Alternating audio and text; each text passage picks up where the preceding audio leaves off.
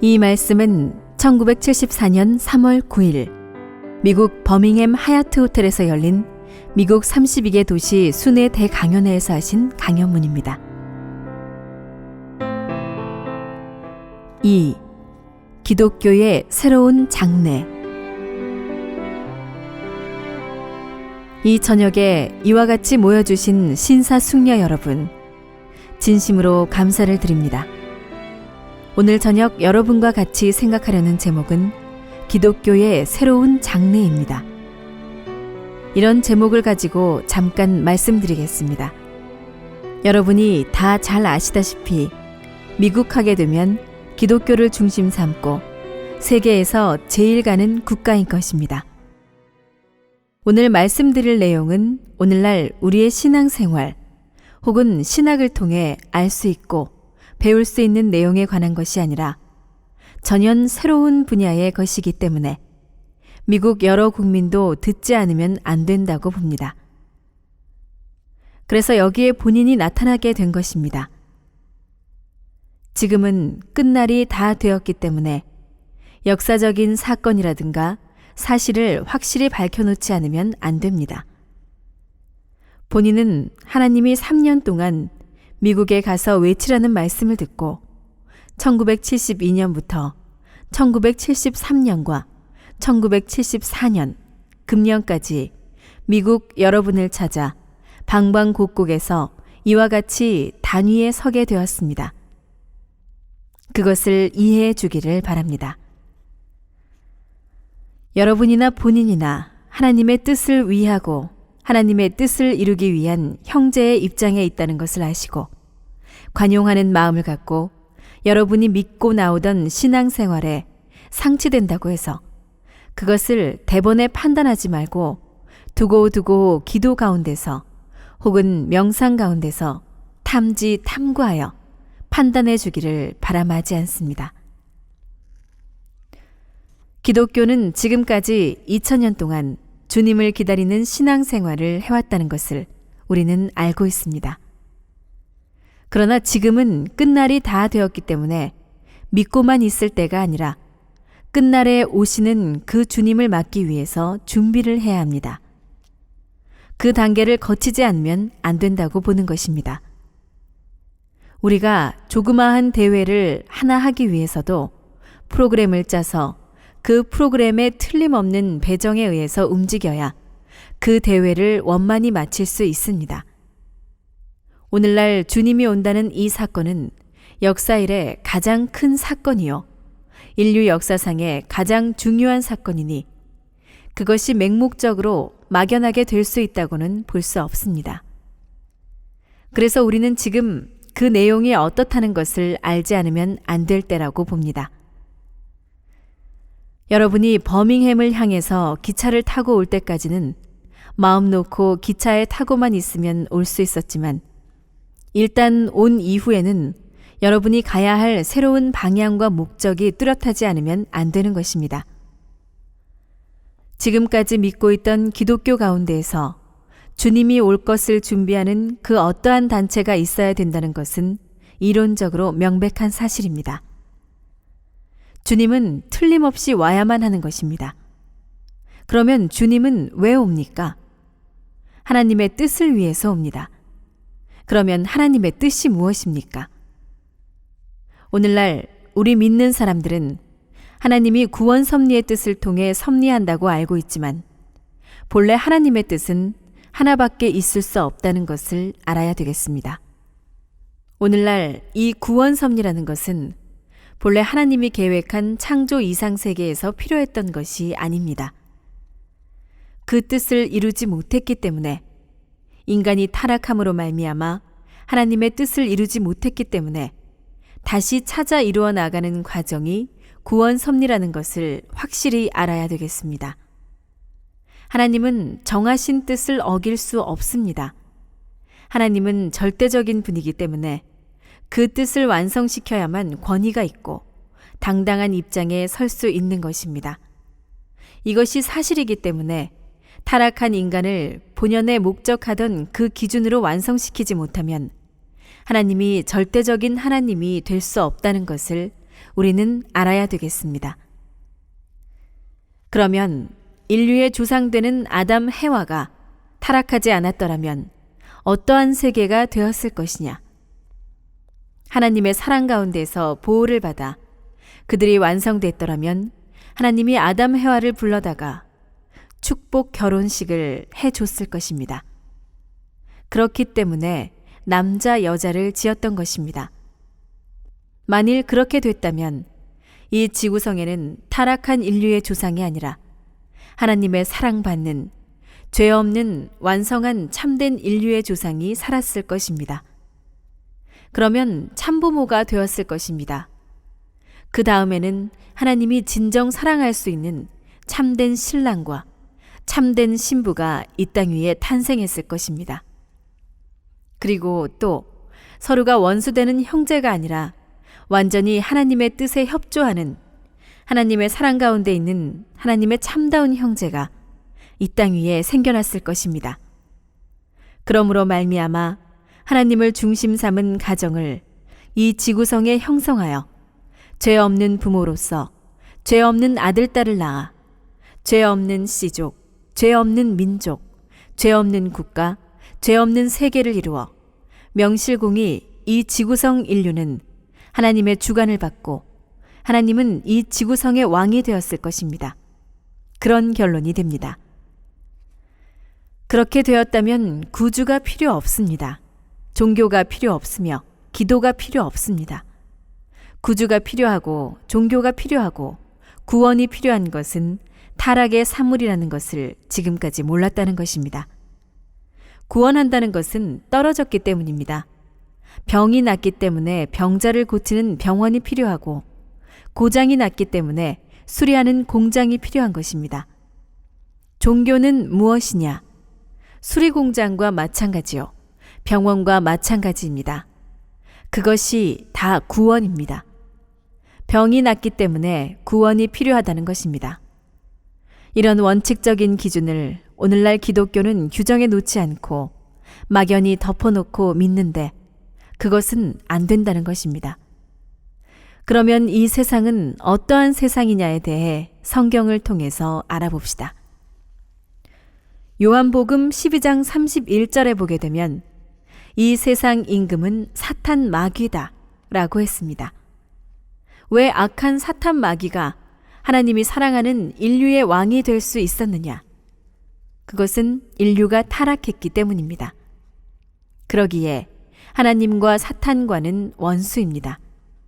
타락함으로 말미암아 우리는 타락한 죄 있는 인류의 조상을 맞이했던 것입니다. 그 다음에는 거짓된 부부가 성립됐다는 것입니다. 그리고 서로 죽이는 거짓된 형제가 성립됐다는 것입니다. 부부가 죄 있는 아들, 딸을 낳아서 죄 있는 가정으로부터 죄 있는 종족, 죄 있는 민족, 죄 있는 세계로 벌어져 나간 것입니다. 그러니까 자동적으로 사탄 마귀가 왕이 안 될 수 없다는 것입니다. 이러한 세상에서 죄 없는 세상으로 옮겨야 되는데 그것이 구원입니다. 옮긴다는 것은 구원인데 곧 복귀라는 것을 알아야 되겠습니다. 본래 하나님의 뜻은 구원이 아닙니다. 그러니 본래 하나님의 뜻으로 돌아가야 됩니다. 메시아가 오는 목적은 하나님의 뜻을 이루기 위한 것입니다. 하나님의 뜻은 무엇이냐? 사탄 마귀로부터 세상의 사람을 다 구해내는 것이요. 나중에는 사탄 마귀를 추방하는 것입니다. 오늘날 여러분이 살고 있는 데에는 죄만 지으면 참소를 하는 사탄 마귀가 있습니다. 그것을 추방해야 됩니다. 오늘날 기독교는 가야 할 목적이 무엇인가를 모르고 있습니다. 나 하나 구원받고 천당 가겠다 하는 것은 시시한 구원입니다. 인류를 구원하기 위한 것이 하나님의 뜻이요. 인류를 망치고 유린하는 사탄 마귀를 이 지구성에서 영원히 추방하는 것이 하나님의 뜻이라는 것을 지금까지 몰랐습니다. 그런 세계를 복귀하기 위한 메시아를 그냥 개인적으로 사탄에게 보내면 사탄이 잡아 죽입니다. 그렇기 때문에 개인으로부터 가정과 종족을 거치고 민족을 거쳐 하나의 국가 형태를 마련해 놓고 그 국가와 국민이 하나 된 가운데 세계를 요리하기 위해서 보내신 분이 메시아입니다. 그것을 준비해야 할 유태교요, 선민이었다는 것을 유태교 신자는 몰랐습니다. 그것의 연장으로 세계적 주님이 다시 올 때에도 그 뜻은 마찬가지이기 때문에 세계적 끝날이 오게 될 때 그 뜻을 확대해서 세계적 발판을 만드는 것이 기독교의 사명임을 알아야 되겠습니다. 그러면 이제부터 문제되는 것은 주님이 어떻게 올 것이냐 하는 것인데 이것을 우리는 확실히 알아야겠다는 것입니다. 성경의 말씀을 통하여 보게 되면 끝날에는 예수님 자신, 즉 인자도 모르고 천사도 모르며 아버지만 안다고 했습니다. 그렇기 때문에 어떻게 올 것이냐 하는 문제는 하나님과 단판을 지어서 아는 길이 있고 우리 인간의 지혜로서 찾아서 알 수 있는 길이 있는데 그 길은 옛날에 메시아, 주님이 어떻게 왔다 갔느냐 하는 것을 미루어서 확실히 알 수 있는 것입니다. 그 두 길밖에 없다는 것을 여러분이 알아야 합니다.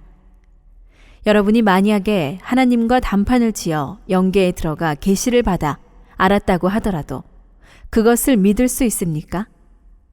여기 레버런 문이 그런 말을 해도 믿을 수 없다는 것입니다.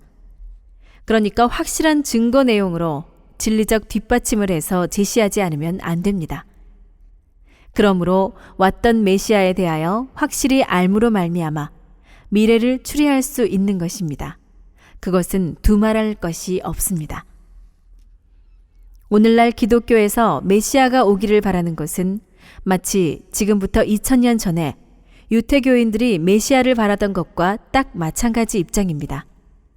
오늘날 기독교를 두고 보면 2000년 동안 메시아가 올 것을 바라고 왔지만 유태교로 보게 되면 하늘은 4000년 동안 수많은 선지자를 보내 희생시키면서 메시아를 보내주마고 약속했던 것입니다.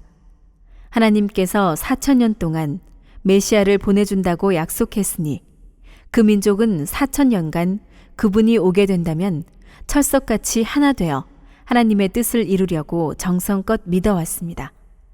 그래서 하나님은 메시아인 예수 그리스도를 약속대로 그 민족 앞에 보냈습니다. 또 약속대로 그 민족은 받아들여야 된다는 입장에 서 있었습니다. 그런데 메시아가 오기를 바란 민족이 메시아를 받아들인 것이 아니라 오히려 핍박하고 잡아 죽였습니다. 여러분, 그것이 수수께끼 아닙니까? 그 사건을 예로 들어 말하면 오늘날 기독교인들이 주님 오기를, 메시아가 오기를 바라다가 메시아가 왔는데도 불구하고 기독교의 최고 지도자인 로마 교황이라든가 추기경, 주교, 목사 같은 자들이 전부 동원돼서 잡아 죽인 것과 마찬가지의 결과를 가져왔다는 것입니다. 간단히 죽으러 왔다 라고 하는 것은 통하지 않습니다. 이론적으로 맞지 않다는 것입니다. 죽으려면 뭐하러 옵니까? 4000년 동안 수많은 선지자를 죽이고 이스라엘 민족을 그렇게 고생을 시키면서까지 메시아를 보낼 이유가 없습니다. 준비 안 한 악당들한테 보내면 얼마나 잘 죽이겠습니까? 입이 있어도 답변을 못하게 되어 있습니다. 그렇기 때문에 유대 민족이 그렇게 고대하던 메시아를 하나님이 보냈는데도 불구하고 어찌하여 그들이 잡아 죽였느냐 하는 것을 확실히 알아야 되겠습니다. 이런 말 처음 듣는다고 너무 심각해하지 말길 바랍니다. 왜 잡아 죽였느냐 하는 문제를 알아야 되겠습니다. 왜 잡아 죽이게 되었느냐 하면 첫째는 구약 성경 내용이 잡아 죽이게 되어 있습니다. 여러분이 알다시피 구약 성경 말라기는 신약 성경 요한계시록에 해당합니다. 말라기 4장 5절 이하를 보면 여호와의 크고 두려운 날이 이르기 전에 내가 선지자 엘리야를 너희에게 보내리니 그가 아비의 마음을 자녀에게로 돌이키게 하고 자녀들의 마음을 그들의 아비에게로 돌이키게 하리라 하고 철석같이 예언되어 있다는 사실을 우리는 알아야 됩니다. 엘리야는 어떤 사람이었느냐 하면 예수님이 오기 900년 전에 불수레를 타고 승천한 사람입니다. 하나님이 이 백성을 사랑하여 이와 같이 때를 작정하여 엘리야를 보내주겠다고 했기 때문에 불수레를 타고 간 엘리야가 내려올 줄 알았습니다. 엘리야가 온다고 성경에는 철석같이 돼 있는데 엘리야는 오지 않았습니다. 성경은 어떤 책이냐 하면 4,000년 동안 이스라엘 민족 사상의 기조가 되어 있고 유태교 신앙의 중심이 되어 있으며 4,000년 동안 모든 생명을 기울여 믿고 나온 책입니다. 이 성경을 예수님의 말을 듣고 버릴 수 있겠느냐는 것입니다. 여러분, 그것을 믿겠습니까? 그 말은 주님이 구름을 타고 하늘로부터 내려오기를 바라고 있는데 어떤 사람이 와서 내가 주님이다 라고 하는 것과 마찬가지입니다. 그것을 지금 기독교는 믿을 수 있습니까? 그러한 사건 때문에 예수님이 애를 먹었나 안 먹었나 하는 것을 예수님의 말씀을 통해서 알아봅시다. 마태복음 17장 10절 이하를 한번 봅시다. 제자들은 성경을 잘 몰랐습니다. 모르는 사람들이 예수님을 구세주로 다 믿고 전도하러 나가서 아, 메시아가 왔으니 믿어라 라고 할 때 제사장들이 야야야, 너희 선생이 메시아일 것 같으면 성경 말라기에는 틀림없이 메시아가 오기 전에 엘리야를 보내준다고 했는데 엘리야가 어디에 왔느냐? 라고 했습니다. 그러니 제자들이 모르기 때문에 예수님한테 물어보고 답변하는 장면이 나옵니다. 만약에 엘리야가 왔다면 예수님이 봉사라도 좋고 기머거리도 좋고 절름발이라도 좋다는 것입니다. 엘리야가 안 왔기 때문에 문제입니다. 성경에 제자들이 묻자와 가로되 그러면 어찌하여 서기관들이 엘리야가 먼저 와야 하리라 하나이까? 예수께서 대답하여 가라사대 엘리야가 과연 먼저 와서 모든 일을 회복하리라. 내가 너희에게 말하노니 엘리야가 이미 왔으되 사람들이 알지 못하고 임의로 대우하였도다. 그제야 제자들이 예수의 말씀하신 것이 세례 요한인 줄을 깨달으니라 라고 되어 있습니다. 세례 요한이 엘리야입니까? 여러분이라면 믿겠습니까? 엘리야는 안 왔는데 엘리야를 세례 요한에게 갖다 붙인다는 것입니다. 내가 세례 요한을 엘리야라고 갖다 붙이는 것은 메시아를 가장한 사기꾼이 되기 위해서 그런 것이다 라고 한 것입니다. 그래서 예수님을 4,000년 동안 하나님이 세운 이스라엘 선민을 망치고 이스라엘 유태교를 망치는 괴수라고 하고 바알세불의 왕자라고 규정해버렸습니다. 틀림없이 사탄 마귀의 아들이지. 엘리야가 오지 않았는데 엘리야가 왔다고 갖다 붙이는 녀석을 누가 구세주로 믿는단 말이야 라고 했습니다. 지금까지 유태교는 기독교와 원수간입니다.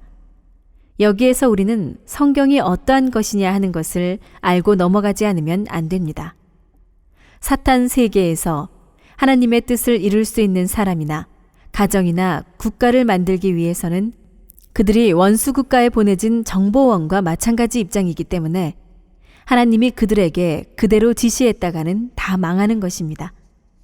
그렇기 때문에 하나님이 암으로써 지시한 기록이 성경인 것을 알아야 됩니다. 미국 중앙정보국이 소련의 정보원을 보내게 될 때 편지로 요렇게 하라 라고 적어서 보내겠습니까? 암호로 보내는 것입니다. 그렇게 주님이 오는 것을 지금까지 확실히 가르쳐 주게 되면 오시는 주님을 다 잡아 죽였을 것입니다. 모르기 때문에 암호로 가르쳐 주었기에 끝날에 잡아 죽일 수 없는 환경을 만들어 가르쳐 줘서 인도해야 할 하나님의 뜻이 있다는 것을 알아야 됩니다. 그렇기 때문에 구약 성경을 잘못 풀다가 메시아를 잡아 죽였다는 것을 알아야 됩니다. 암호를 풀 사람은 CIA 국장 한 사람밖에 없는 것과 마찬가지로 성경을 푸는 것은 하나님밖에 없는 것입니다. 그러나 하나님의 뜻을 이루기 위해서는 반드시 하나님은 미리 가르쳐주고 때가 된 후에 다시 가르쳐줍니다. 아모스 3장 7절을 보게 된다면 주 여호와께서는 자기의 비밀을 그 종 선지자들에게 보이지 아니하고서는 결코 행하심이 없으리라 라고 되어 있습니다. 그렇기 때문에 구약 성경을 믿던 사람들이 구약 성경을 잘못 풀어서 메시아를 잡아 죽이는 역사적인 죄를 저질렀다는 사실을 우리는 알아야 되겠습니다. 그때의 유태교 신자들은 그래도 낫다는 것입니다. 세례 요한을 엘리야라고 주장한 예수님이 하는 일이 심상치 않았습니다. 이적 기사를 하고 역사 이래에 새로운 기이한 일을 많이 행하는 것을 볼 때에 부정도 할 수 없고 긍정도 할 수 없으니, 자, 그러면 세례 요한을 엘리야라고 주장하니 엘리야가 왔으면 해결은 되고 엘리야가 안 왔으면 그러니 한번 물어보자 라고 해서 공론이 벌어졌습니다. 그 문제되었던 것이 요한복음 1장 19절 이하에 있습니다.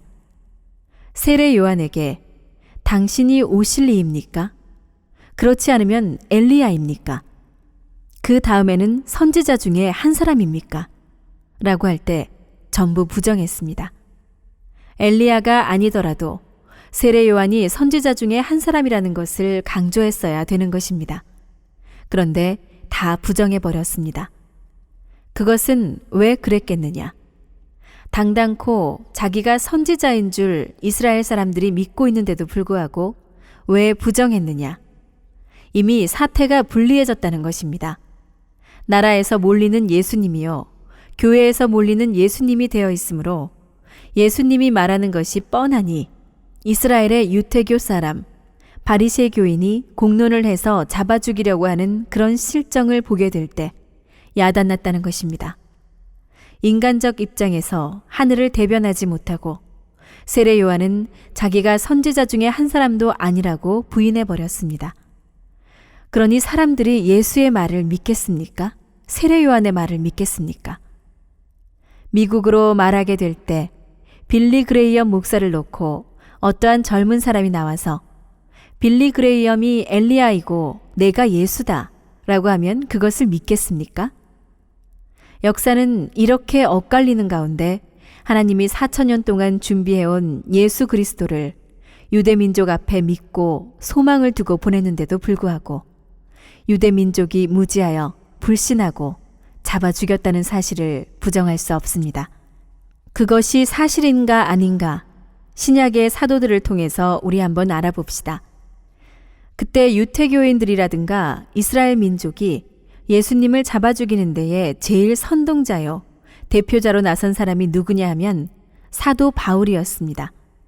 예수님도 잡아 죽였지만 예수님의 제자까지 잡아 죽이려고 다메섹에 가다가 벼락을 맞고 하나님께로 돌아서서 회개하고 증거한 사람이 사도 바울입니다. 누구보다도 사도 바울은 예수님이 어떻게 되었는지 잘 알고 있었기 때문에 고린도전서 2장 8절에서 이 지혜는 이 세대의 관원이 하나도 알지 못하였나니 만일 알았다면 영광의 주를 십자가에 못 박지 아니하였으리라 라고 당당히 선포했습니다. 이렇게 오신 주님이 슬프게도 십자가의 길을 갔다는 것이 얼마나 기막힌가 하는 것을 우리는 생각도 안 하고 덮어놓고 믿습니다. 죽지 않아야 할 예수님이 죽었는데도 불구하고 죽으러 왔다고 믿었습니다. 그러니 어떻게 예수님 앞에 가겠습니까? 구원을 받더라도 가서 만날 자신이 있습니까? 유태교인은 구약을 믿기 때문에 예수님을 잡아 죽일 수 있었지만 세례 요한은 어떠했는가 하는 것입니다. 마태복음 11장 2절에서 쭉 내려가 보게 된다면 세례 요한이 헤로디아의 연애 사건을 말하다가 옥중에 갇혀서 죽게 될 때 제자 2사람을 보내 예수님에게 묻기를 오실 그이가 당신이오니이까 우리가 다른 이를 기다리오리까 라고 하게 됩니다. 세례 요한이 예수님을 믿었습니까? 안 믿었습니까? 언제는 요단강가에서 많은 군중 앞에서 세상 죄를 지고 가는 하나님의 어린 양이라 라고 증거하던 그 입을 가지고 사람을 보내서 당신이 오실 이이니까 딴 사람을 기다리이까 라는 말을 할 수 있습니까? 이 말을 들을 때 예수님은 세상에 자기를 알아주는 사람 한 사람도 없고 나라 전체가 반대하는데 오직 생면성과 같은 한 줄기 희망으로 바라던 세례 요한마저 최후에 와서 메시아냐 아니냐 라고 물으니 얼마나 기가 막히겠나 생각해 보십시오. 그러니 6절에 누구든지 나로 인하여 실족하지 아니하는 자는 복이 있도다 라고 지적한 것입니다. 그 다음 7절에서는 세례 요한이 요단강가에서 예수님을 증거할 때 군중 앞에서 다 듣고 보고한 그것을 풍자적으로 때린 것입니다. 그래서 너희가 무엇을 보려고 광야에 나갔더냐? 바람에 흔들리는 갈대냐? 그러면 너희가 무엇을 보려고 나갔더냐? 부드러운 옷을 입은 사람이냐? 부드러운 옷을 입은 자들은 왕궁에 있느니라. 라고 풍자적으로 공격한 것입니다. 그리고 11절에 말씀하시기를 여자가 낳은 자 중에 세례 요한보다 큰 이가 일어남이 없도다. 그러나 천국에서는 극히 작은 자라도 저보다 크니라 라고 했습니다. 어떻게 그런 반대말을 할 수 있습니까? 저 나라에 가 있는 선지자들이라도 전부 여인을 통해 태어났지 돌멩이 사이에서 나왔습니까? 전부 여인으로부터 태어났고 세례 요한도 여인으로부터 났으니 저 나라에서도 커야 할 텐데 왜 작게 되느냐 하는 것입니다. 왜 그러냐 하면 과거에 왔다가 저 나라에 가 있는 선지자들은 그들이 보냄을 받아 메시아를 역사적 거리를 두고 증거해 왔었지만 세례 요한은 선지자로 보냄을 받아 메시아를 증거해야 할 사명적 입장에 있다는 것을 두고 볼 때 직접적으로 보고 증거하니 제일 클 수밖에 없는 것입니다. 그러나 왜 천국에서는 지극히 작은 사람도 저보다 크다고 했느냐? 영계에 가 있는 지극히 작은 선지자도 예수 그리스도가 메시아인 줄 알고 모십니다. 그런데 세례 요한은 예수님을 증거하여 큰 사람이 되어야 할 텐데 모시는 데 있어서 모시지 않았기 때문에 꼴찌밖에 될 수 없다는 것입니다.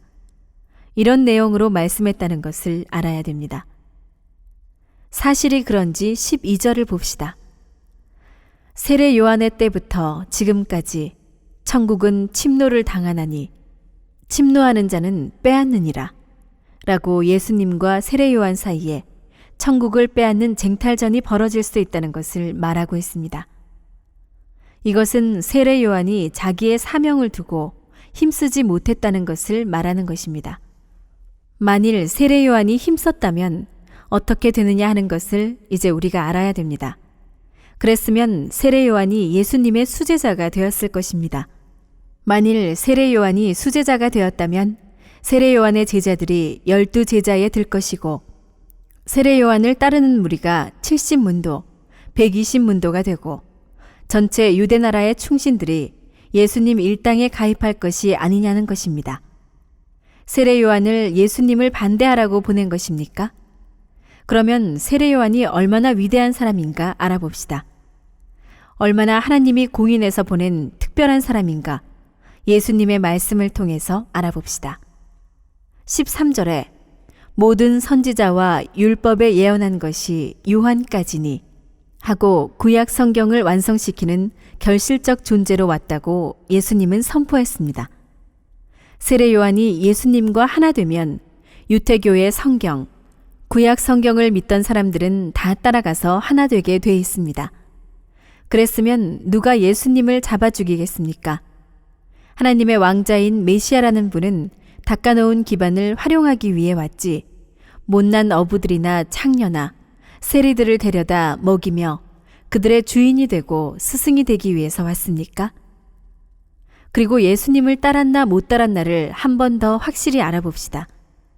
요한복음 3장 26절 이하에 보게 되면 세례 요한의 제자들이 예수님을 들어 말하기를 랍비여 선생님과 함께 요단강 저편에 있던 자 곧 선생님이 증거하시던 자가 세례를 주매 사람이 다 그에게로 가더이다 라고 보고하니까 세례 요한의 말이 그는 흥하여야 하겠고 나는 쇠하여야 하리라 라고 했습니다.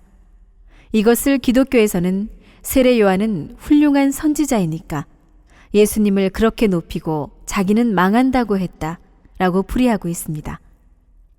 메시아를 위해 3년 동안 고생하다가 바라고 있던 그 메시아를 만나 증거했으면 죽어도 메시아를 위해 죽어야 된다는 것입니다. 이것은 무엇을 말하느냐 하면 같이 공동 보조를 취했으면 메시아가 흥하면 자기도 흥하고 메시아가 망하면 자기도 망해야 할 텐데 양갈래로 갈라진다고 한 것은 따르지 않겠다는 결정적인 사실을 직고한 것입니다. 이와 같이 두고 볼 때 첫째는 구약 성경 때문에, 둘째는 세례 요한 때문에 예수님이 십자가에 돌아가게 되었다는 것을 우리는 지금까지 몰랐던 것입니다. 그 다음에는 셋째 번 이유를 알아봅시다. 그때의 유태교 사람들은 믿기를 오시는 메시아가 구름 타고 올 줄 알았습니다. 그것은 왜냐? 다니엘서 7장 13절을 보게 되면 인자 같은 이가 하늘 구름을 타고 와서 라고 예언되어 있기 때문에 구약을 생명시하는 그들은 구름 타고 온다고 믿지 않을 수 없었다는 것을 여러분은 알아야 됩니다. 여기 목사 양반들은 레버런 문이 잘못 알아서 그렇게 말할지도 모른다. 그 말씀은 재림 때에 될 말이지 예수 때가 아니다 라고 할지 모르지만 천만에요. 예수님의 말씀대로 하게 되면 세례 요한 때 다 끝나는 것입니다. 구약 성경의 모든 예언과 선지자는 세례 요한까지 다 끝났다는 것입니다. 구름 타고 올 줄 알고 있는데 사람으로 태어난 마리아의 아들이고 요셉의 아들, 형제간을 다 아는 그가 메시아 될 자격이 있을 수 있습니까? 기독교인들은 주님이 구름 타고 올 줄 아는데 사람으로 왔다고 하면 믿겠느냐는 것입니다. 마찬가지입니다. 그것이 사도시대에 문제가 되었는지 성경을 통해 알아봅시다. 요한 2서 7절을 보면 이런 말이 있습니다. 미혹하는 자가 많이 세상에 나왔나니 이는 예수 그리스도께서 육체로 임하심을 부인하는 자라. 이것이 미혹하는 자여 적 그리스도니라 라고 되어 있습니다. 이것은 뭐냐 하면 오늘날 기독교인들은 주님이 구름 타고 올 줄 알고 있는데 사람으로 오게 되면 그를 반대하는 기독교인은 적 그리스도와 마찬가지라는 것입니다. 무엇으로 변명할 도리가 없는 것입니다. 지금 본인이 말하는 것은 전부 여러분이 믿고 있는 성경의 말입니다. 하나님의 뜻을 누구보다도 사랑하고 하나님의 뜻길을 올바르게 가자는 것이기 때문에 이런 말을 여러분 앞에 하지 않을 수 없습니다. 여러분은 레버런 문이 무슨 권위를 가지고 얘기할 수 있느냐 라고 하겠지만 그런 말을 할 권위가 있습니다. 본인이 예수님을 만나보고 세례 요한을 만나보니 이렇게 돼 있고 또 그것을 성경에서 찾아보니 그렇게 돼 있었습니다. 양면이 맞으니 틀림없다는 것입니다. 여러분이 세계적으로 얘기해 보십시오. 여러분이 믿고 있는 것이 옳으냐, 레버런 문이 말한 것이 옳으냐 말입니다. 만약에 여러분이 믿지 못하더라도 여러분의 아들, 딸은 틀림없이 믿을 것입니다. 이런 것을 볼 때 예수님이 죽으러 온 것이 아닌데도 불구하고 이렇게 죽게 된 것은 하나님의 슬픔이요, 인류의 슬픔이요, 역사적인 슬픔이요, 미래의 슬픔으로 남아있는 것입니다. 이것을 우리는 지금까지 몰랐다는 것입니다. 예수님이 오는 것을 구약 성경은 메시아가 올 것을 양면으로 예언하고 있었다는 것을 알아야 합니다. 이사야 9장, 12장, 60장을 보게 된다면 영광의 주로 나타난다고 말했지만 53장에는 십자가에 돌아갈 것이라고 예언되어 있습니다. 왜 이렇게 양면의 예언을 해야 되었는가를 알아야 되겠습니다. 우리 타락한 인간을 하나님도 무서워하고 사탄도 무서워합니다. 왜 그러냐 하면 한때 하나님을 열심히 믿다가 배반하고서 사탄하고 짝해 하나님의 세계를 망치고 또 사탄하고 짝해서 하나 돼 있다가 하나님한테 와서 사탄 세계를 망치는 그러한 사람이기 때문입니다. 그래서 하나님도 무서워하고 사탄도 무서워하고 있다는 것을 알아야 됩니다. 그런데 유대 민족이 예수님을 믿었으면 영광의 주가 되었을 텐데 믿지 않음으로 말미암아 십자가에 돌아가게 됐다는 것을 우리는 알아야 됩니다. 십자가를 지게 된 것은 돌변의 사건인 것을 여러분이 알아야 됩니다. 그러면 십자가에 돌아갈 것을 언제 결정했느냐? 성경을 통해서 알아봅시다. 누가복음 9장 30절, 31절에 보면 문득 두 사람이 예수님과 함께 말하니 이는 모세와 엘리야라. 영광 중에 나타나서 장차 예수께서 예루살렘에서 별세하실 것을 말씀할세 라고 되어 있습니다. 변화산상에서 그때에 결정했다는 것입니다. 왜냐하면 유태교가 반대하지, 이스라엘 나라가 그렇지, 세례 요한마저 반대하는 입장에 서니 이미 뜻을 이룰 발판은 전부 무너진 것입니다. 그래서 하나님도 할 수 없으니 2차적 섭리를 중심 삼은 영과 육을 중심 삼고 지상천국과 천상천국의 양면을 구원 완성하려는 뜻을 버리고 육적 세계는 잘라버리고 영적 구원의 세계만을 세우기 위해서 십자가의 길을 내준 것입니다. 만약에 그가 십자가에 돌아가지 않으면 양면을 다 잃어버리게 됩니다. 할 수 없이 한 분야라도 남기기 위해서 예수님을 십자가에 내주지 않을 수 없었다는 것을 여러분이 알아야 된다는 것입니다. 오늘날 기독교인들은 성경 마태복음 16장 22절, 23절의 말씀을 가지고 예수님이 틀림없이 죽으러 왔다고 주장합니다. 그 말씀이 뭐냐 하면 수제자 베드로가 예수님이 예루살렘에 가서 죽을 것을 말할 때 선생님이여 그리 마시옵소서 라고 했습니다. 그때 예수님이 들이쳤습니다. 사탄아 물러가라 라고 한 것입니다. 그래서 기독교인들은 죽으러 왔던 예수님이 죽으려고 하는데 반대하니까 사탄아 물러가라고 말했다 하고 생각하고 있습니다. 그렇지만 그것은 이미 변화산상에서 십자가에 돌아갈 것을 결정한 이후니까 이런 대답을 하지 않을 수 없었다는 것을 여러분은 똑똑히 알아야 됩니다. 만일에 세례 요한과 유태교인과 이스라엘 민족이 예수님을 믿었으면 어떻게 되었겠습니까? 이스라엘 민족은 예수님과 하나 되어 뭉쳤을 것입니다. 그랬으면 그때의 아라권까지 예수님과 하나 되는 것입니다. 그랬더라면 로마에 대항해 40년 이내에 로마를 하늘편으로 다 끌어넣는 것입니다. 죽은 예수님이 400년 동안에 로마를 정복했으니 산 예수님을 중심 삼아 40년 이내에 하늘나라의 헌법을 선포할 수 있는 것입니다. 그랬으면 오늘날 개신교, 천주교가 없게 됩니다. 모두 이스라엘 민족의 입장으로서 뜻이 이루어져 나간다는 것입니다. 이렇게 되었더라면 이스라엘 민족이 저렇게 중동에서 비참하게 망하지 않았을 것이고 기독교인들도 비참하게 피를 흘리지 않는 결과가 되었을 것입니다. 왕권을 통일해 기독교가 세계를 움직일 수 있게 됐는데 누가 잡아 죽입니까? 세계는 이미 예수님의 뜻대로 하늘나라가 다 됐다는 것입니다. 세계는 하나로 다 이루어졌다는 것입니다. 주님이 다시 올 필요도 없는 것입니다. 기독교가 이것을 알아야 됩니다.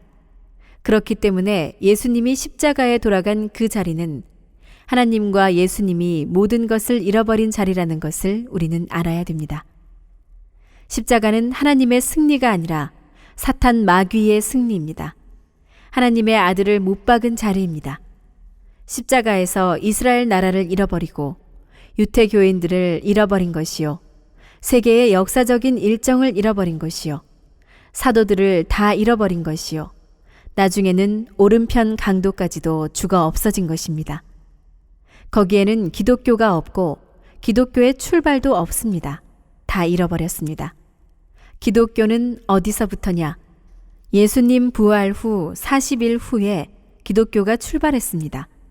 십자가의 도리가 아니라 부활의 도리인 것을 지금까지 몰랐습니다. 2000년 기독교가 근본적으로 가르쳐주고 있습니다. 성경을 보면 부정할 수 없습니다. 가룟 유다가 잡으러 왔을 때 지금은 어둠의 때라고 하지 않았습니까? 만일에 예수님이 죽기 위해서 왔다면 겟세마네 동산에서 3번 기도할 때 내 아버지여 만일 할만하시거든 이 잔을 내게서 지나가게 하옵소서. 그러나 나의 원대로 마옵시고 아버지의 원대로 하옵소서 라고 했겠습니까? 이런 기도를 하게 되면 메시아 자격이 없다는 것입니다. 그것을 여러분이 알아야 됩니다. 왜 그런 기도를 했느냐? 죽는 것이 무서워서입니까? 기독교인들은 예수도 육신을 가졌으므로 그 죽음의 고통 때문에 그랬지 라고 하는데 천만에요. 죽음이 무서워서 그런 것이 아닙니다. 자기가 십자가에 죽으면 전 세계 기독교인들이 십자가의 길을 따라와야 되겠기 때문에 자신이 피 흘림으로 말미암아 전 세계 기독교인의 몸을 사탄이 유린할 수 있는 조건이 성립되므로 수많은 사람이 피 흘려서 희생할 것을 생각할 때 그런 기도를 하지 않을 수 없었습니다. 또 4,000년이나 준비했던 이스라엘 나라와 유태교가 다 망하여 발판도 없어진다는 것을 알고 하나님이 4,000년 섭리하신 그 수고를 생각하게 될 때 그런 기도를 하지 않을 수 없었다는 것을 여러분이 알아야 됩니다. 그렇기 때문에 예수님이 마지막에 운명할 때 나의 하나님 어찌하여 나를 버리셨나이까? 라고 했는데 이런 기도가 무슨 말입니까? 3시간이나 어둠이 됐다는 것은 세상이 하나의 뜻 앞에 이루어져야 할 것이 캄캄한 세상에 점령당하는 한때의 사실을 표시한 것임을 우리는 알아야 되겠습니다. 여러분은 역사시대에 죽지 않고 뜻을 이루어 가야 할 메시아가 이렇게 죽어갔다는 것을 이제는 부정할 수 없다는 것을 알았습니다. 그러면 앞으로 오시는 주님은 어떻게 올 것이냐 하는 것을 우리가 생각해 봅시다. 신약 성경에도 양면의 예언이 있습니다. 구약과 마찬가지라는 것입니다. 오늘날 기독교인은 유태교인과 똑같은 입장이라는 것입니다. 범위가 세계적으로 전개됐을 뿐입니다. 그렇지만 기독교는 영육이 아니라 영적만입니다. 나라가 없습니다. 이스라엘 선민과 같이 국가 기준의 터전을 갖고 있지 않다는 것입니다. 왜 그렇습니까? 예수님이 죽었기 때문입니다. 옛날 유태교만 못하다는 것을 알아야 됩니다. 예수님은 영적 왕으로만 이루었습니다. 그러니까 하나님의 뜻은 세계 인류를 구해 사탄을 내쫓고 하나님이 왕이 되는 것인데도 불구하고 예수님이 죽음으로 말미암아 지상에서 사탄 세계를 다 빼앗지를 못했습니다. 사탄을 추방하여 예수님이 왕이 돼서 하나님이 지배할 수 있는 나라의 그 뜻을 이루지 못했으므로 그 뜻을 이루는 것이 메시아이므로 다시 와야 합니다. 그러니 전 세계 기독교인들이 하나 돼 오시는 주님을 중심 삼고 이 땅 위에 천국을 이루기 위해 옛날 이스라엘 민족이 실패했던 이상으로 강한 세계의 국가를 만들어야 된다는 말입니다. 성경 요한계시록 1장 7절에 보면 주님이 구름 타고 온다고 예언했습니다. 데살로니가 전서 5장 2절에 보게 되면 도적같이 온다고 했습니다. 구름 타고 오는데 도적같이 올 수 있습니까? 여러분 마음대로 도적같이 오는 주님은 안 믿고 구름 타고 오는 주님을 믿겠다고 결정할 수 있습니까? 구름 타고 오는 것은 옛날 구약 성경의 엘리야와 주님 메시아가 구름 타고 올 것을 믿는 것과 마찬가지요. 사람으로 온다면 도적같이 온다는 것입니다. 하나님이 구약 시대를 중심 삼고 역사한 것을 볼 때 예수님이 구름 타고 올 것 같습니까? 그렇게 믿다간 또 잡아 죽이게 됩니다. 예수 믿는 사람들이 오시는 분을 또 잡아 죽인다는 것입니다. 우리는 양면의 예언을 다 믿자는 것입니다. 구름 타고도 올 수 있고 사람으로도 올 수 있다는 것입니다. 구름 타고 올 줄 알고 믿던 사람은 사람으로 오면 잡아 죽일 수 있지만 사람으로 올 줄 알고 믿다가 주님이 구름 타고 온다면 영락없이 맞이한다는 것입니다. 요한계시록 12장 5절에 보게 되면 여자가 아들을 낳으니 이는 장차 철장으로 만국을 다스릴 남자라 라고 여인이 낳는다고 했습니다. 그것을 교회에서는 할 수 없어서 지금까지 구름 타고 올 것에다가 붙여서 해석하였습니다. 그러면 구름 타고 와서는 이런 성경 내용이 이루어지지 않는다는 것을 소개해 봅시다. 누가복음 17장 20절 이하를 쭉 보십시오. 바리새인들이 하나님의 나라가 어느 때 임하나이까 묻거늘 예수님이 대답하여 가라사대 하나님의 나라는 볼 수 있게 임하는 것이 아니요 라고 했습니다. 구름 타고 오는데 못 보겠습니까?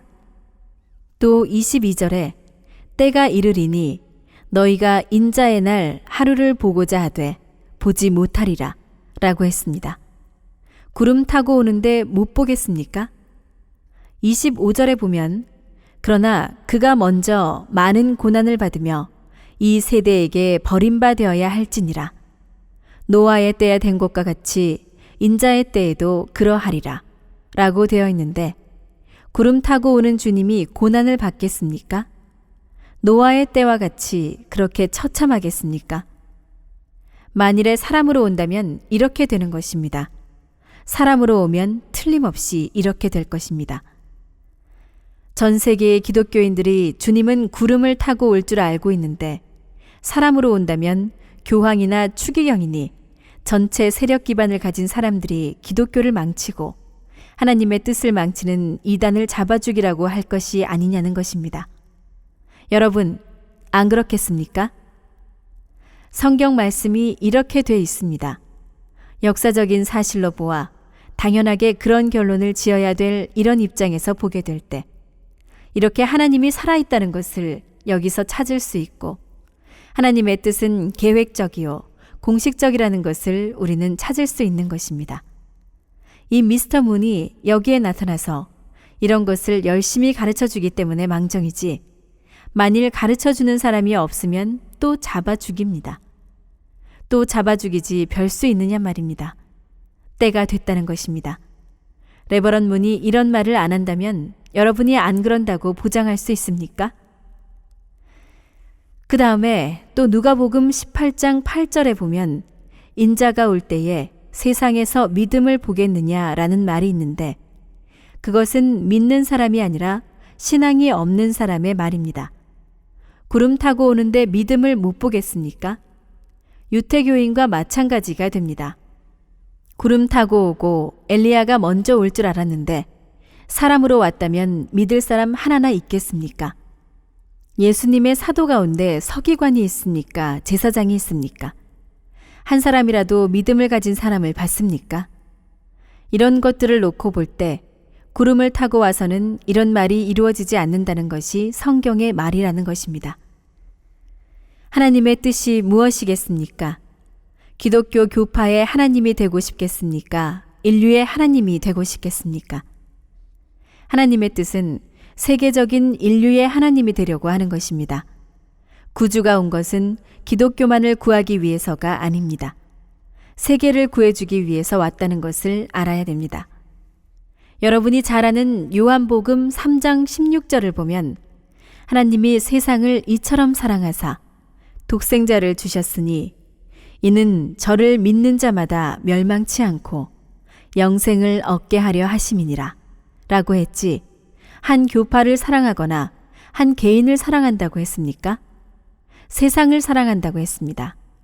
그러면 세계가 전부 그 하나님을 찾았습니까? 사탄을 추방했습니까?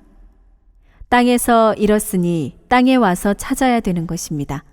그렇기 때문에 마태복음 16장 19절을 보게 되면 예수님이 영계에 갈 때 천국 열쇠를 베드로에게 주면서 내가 땅에서 무엇이든지 풀면 하늘에서도 풀리리라 하고 땅이 중요하다고 했습니다. 땅 위에서 모든 것을 해결해야 된다는 것입니다. 전 세계의 인류를 중심 삼고 하나님이 다 주관하는 왕권을 이 지상에 세웠습니까? 사탄이 왕권을 쥐고 있기 때문에 그렇게 안 하면 하나님이 계획대로 못하고 하나님은 실패하는 하나님이 됩니다. 누구 때문입니까? 사탄 때문입니다. 그러면 사탄만 못하다는 결론이 됩니다. 그렇기 때문에 이사야서 46장 11절을 보게 되면 내가 말하였은즉 정령 이룰 것이요 경영하였은즉 정령 행하리라 라는 말이 있습니다. 결론을 지읍시다. 우리는 악한 인류의 조상을 갖고 있고 악한 부부의 기원을 갖고 있고 악한 형제의 기원을 갖고 있습니다. 선한 인류의 참된 조상과 선한 부부와 선한 형제를 가져서 죄 없는 아들, 딸을 못 낳아본 우리이기 때문에 지상에서 이것을 이루지 않으면 안 된다는 것을 여러분은 알아야 됩니다. 그렇기 때문에 하나님을 중심 삼은 가정을 찾지 못하면 나라도 찾을 수 없고 세계도 찾을 수 없습니다. 그래서 예수님은 이 땅에 다시 와서 하나님이 사랑하는 가정을 이루어야 합니다. 즉, 신랑으로서 신부를 찾아야 참부모도 생겨나고 참된 부부도 생겨나고 참된 형제도 생겨날 수 있습니다. 이것을 결정적으로 이루지 못했기 때문에 다시 와서 이루겠다고 예언한 것이 어린 양 잔치, 신랑이 신부를 맞이하는 것입니다. 가정을 가져야 종족을 찾고 민족을 찾고 국가를 찾고 세계를 찾을 수 있기 때문에 가정이 문제입니다.